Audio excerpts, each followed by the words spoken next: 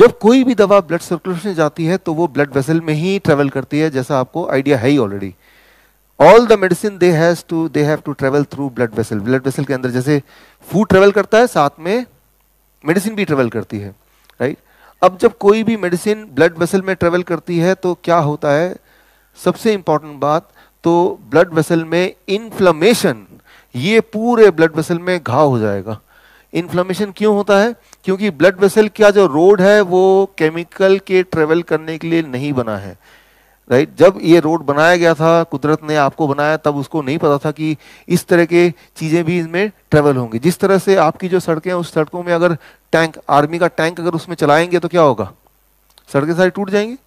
जब ये सड़कें बनी थी तब ये किसी ने सोचा नहीं था कि इस वाली सड़क में कभी टैंक को भी गुजरना पड़ सकता है। तो उसकी बनावट उस तरह से नहीं, it is not made for the tank. और टैंक चलेगा तो 2-4 बार चलेगा, लेकिन सारी चीजें टूट जाएंगी, फिर अपना नॉर्मल व्हीकल चलने लायक वो सड़क रहेगी नहीं, राइट। तो पहली बात तो यह है कि जब भी आप कोई भी दवा लेते हैं तो सबसे पहले आपका लिवर को नुकसान होता है, उस पर जोर पड़ता है। और उसके बाद लिवर को नुकसान करते हुए अगर आधा दवाई बॉडी में चला भी गया तो वो जब ट्रेवल करती है तो endothelium layer, the inner layer of the blood vessel, उसको वो इन्फ्लेम्ड हो जाता है, चिपचिपा हो जाता है, and that is the beginning of all illness. जब ये चिपचिपा हो जाएगा तो क्या होगा, मैंने बताया था ये इंडोथेलियम लेयर एक खास तरह के मिरेकल मॉलिक्यूल, एक केमिकल को प्रोड्यूस करता है। उसका नाम क्या है, anybody? Nitric oxide. Nitric oxide जो कि आपके ब्लड प्रेशर को, आपके ब्लड शुगर को, आपके ट्यूमरस ग्रोथ को, कैंसर को, इन सब को रोकने का काम करता है नाइट्रिक ऑक्साइड। और नाइट्रिक ऑक्साइड प्रोड्यूस कहाँ होता है? दैट इज इंडोथेलियम लेयर में प्रोड्यूस होता है। लेकिन जब यहाँ पे चिपचिपा हो गया, यहाँ पे घाव हो गया, तो नाइट्रिक ऑक्साइड का प्रोडक्शन कम हो गया। ये वो समय है जहां जब कैंसर होगा, ट्यूमर होगा, सिस्ट होंगे, कई सारी जो चीजें होती हैं, तब अब बीमारी होगी। एंडोथेलियम लेयर्स अगर नाइट्रिक ऑक्साइड नहीं प्रोड्यूस करेगा या कम प्रोड्यूस करेगा, then the illness will start, right. क्योंकि जैसे ही यहाँ पे चिपचिपा हो जाता है तो जो सिग्नलिंग सिस्टम है बॉडी का, दैट फेल्स। सिग्नलिंग सिस्टम क्या है? ये बहुत इंटरेस्टिंग चीज है। मान लो आपने सोचा मुझे सेब खाना है, जैसे ही सोचा सेब खाना है, ये जो सोच है, इस सोच से ही ब्रेन एक पहला ट्रिगर देगा इन पेनक्रियास को कि भाई सेब आने वाला है, तुम तो तैयार हो जाओ। Getting the point, right. तो अब आप सेब हाथ में लेंगे, ब्रेन दूसरा सिग्नल भेज दिया, राइट। अब आप ऐसे खुशबू, राइट, तीसरा सिग्नल भेज दिया। अब एक्चुअली चबा रहे हैं तो तब तक बॉडी में इंसुलिन सर्कुलेट होके बॉडी तैयार है उस सेब को एक्सेप्ट करने के लिए, राइट। तो ये होता है सिग्नलिंग सिस्टम। लेकिन हम में से कुछ लोग, सारे लोग ऐसे करते हैं कि आप फटाफट खाना खा रहे हैं और टीवी देख रहे हैं। ब्रेन तो टीवी देख रहा है, ब्रेन तो खाना खा नहीं रहा है, आपका मुंह खाना खा रहा है, राइट। तो सिग्नल गया ही नहीं, राइट। जब खाने को पकड़ा तब भी सिग्नल नहीं गया, जब खाने को चबा रहे तब भी नहीं गया, जब धड़ाम से फूड गया स्टमक में और ब्लड में घुल गया, तब अचानक पेनक्रियास को किसी ने धक्का लगाया, भाई देखो क्या कर रहे हो आप। उसको तो ब्रेन ने जगाया नहीं, ब्रेन तो टीवी देख रहा है ना, टीवी देख रहा है, राइट।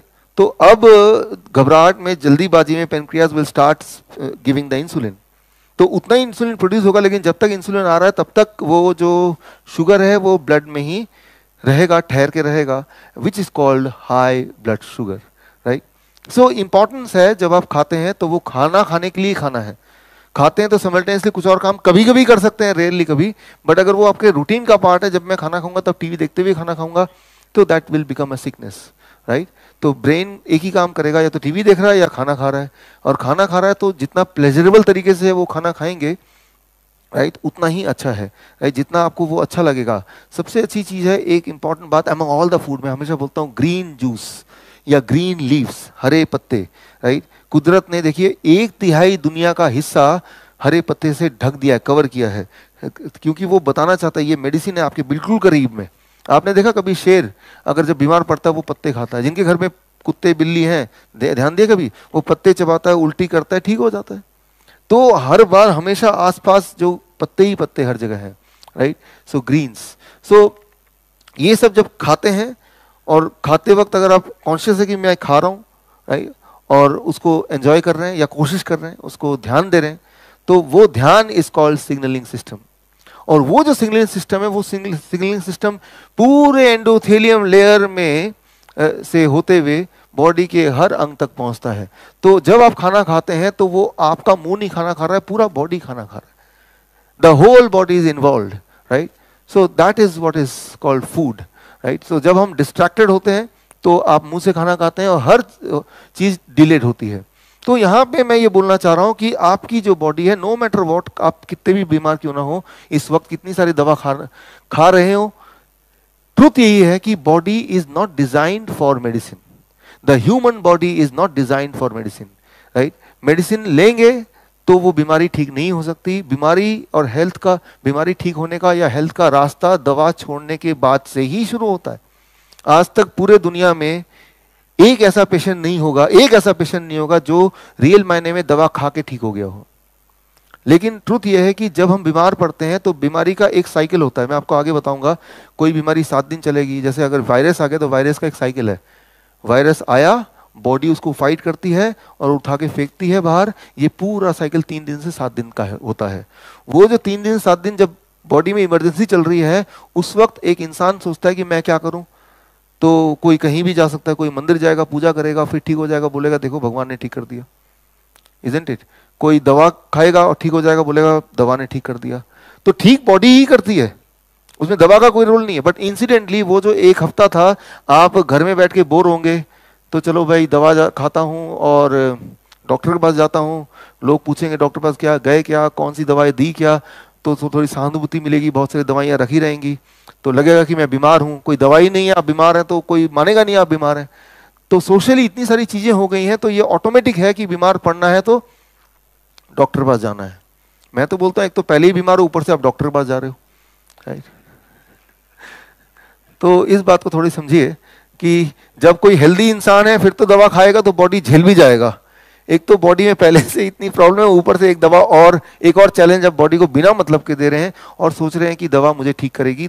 ये जो सोच है कि दवा मुझे ठीक करेगी, ये सोच, it can be a culture but in reality it can not be A science.